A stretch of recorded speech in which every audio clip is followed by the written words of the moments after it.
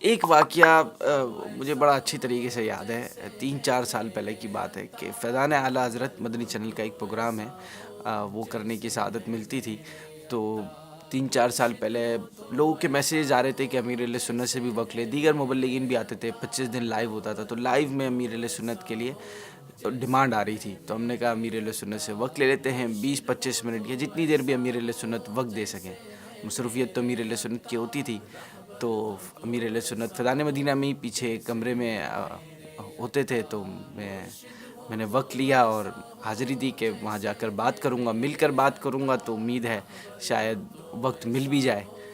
تو جب امیر اہل سنت کا وقت ملا تو میں جا رہا تھا. میں اس میں بھی تھا کہ کنفیوز بھی تھا اور گھبراہٹ بھی ہو رہی تھی کہ مصروف اتنے ہیں، پیر صاحب ہیں، اور ایسے کبھی پہلے ایسے وقت لیا نہیں تھا. فرسٹ ٹائم تھا فار می کہ امیر سنت وقت دیں گے نہیں دیں گے، اور وقت مانگنا بھی چاہیے نہیں کہ اتنی مصروفیت ہے، اتنا کام کرتے ہیں. تو میں اللہ کا نام لے کر ہمت کر کے چلا گیا تھا. اصل میں پروگرام میں کر رہا تھا تو وقت لینے کی ذمہ داری بھی میرے پہ تھی کہ آپ نے ہی وقت لینا ہے.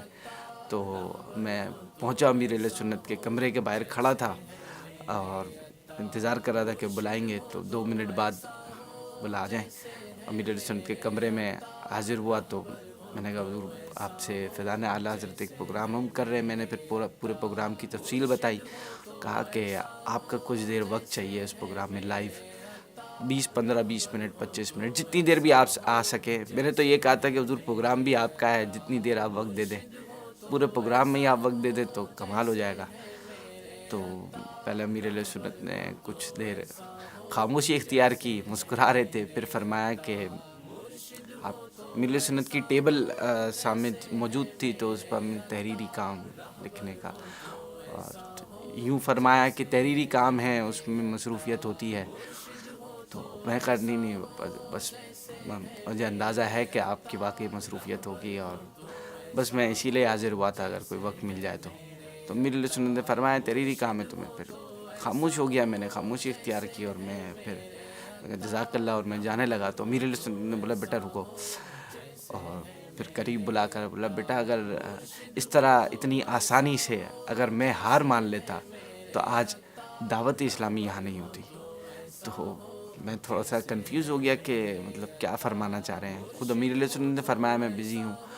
تو پھر امیر علیہ سنت نے دوبارہ فرمایا کہ بیٹا جب وقت مانگنے جاؤ نا، یا کہ کوئی کام کے لیے جاؤ یا کسی چیز کے لیے جاؤ، تو اتنی آسانی سے ہار نہیں مان لیا کرو، اتنی آسانی سے مان نہیں جایا کرے.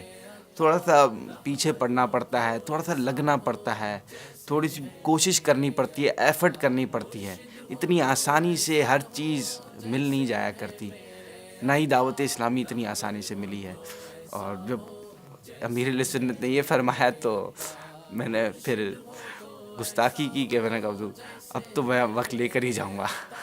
تو اس پر امیر علیہ سنت نے فرمایا اب یہ میرے پہ اب نہیں چل پائے گا، کسی اور پہ چلانا. یہ وہ واقعہ ہے امیر علیہ سنت کا جو میں شاید کبھی نہیں بھول پاؤں.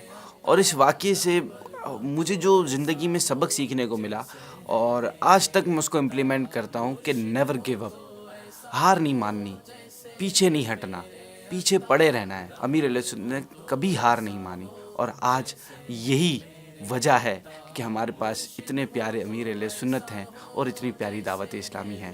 اللہ پاک امیر اہل سنت کا سایہ ہم پر تادر قائم و دائم رکھے. آخر میں انگلش کا ایک کوٹ یاد آ رہا ہے، اس پر اینڈ کرتا ہوں میں، کہ کہاوت ہے کہ اف دیر از اے ول دیر از اے وے. یعنی اگر آپ کو کسی چیز کو پانے کی چاہت ہے، لگن ہے، تو وہ چیز آپ حاصل کر کے ہی رہیں گے. کوئی نہ کوئی راستہ مل ہی جائے گا انشاءاللہ. ہو جیسے ہے میرے عطار، رہبر ہو تو ایسا ہو جیسے ہے میرے عطار.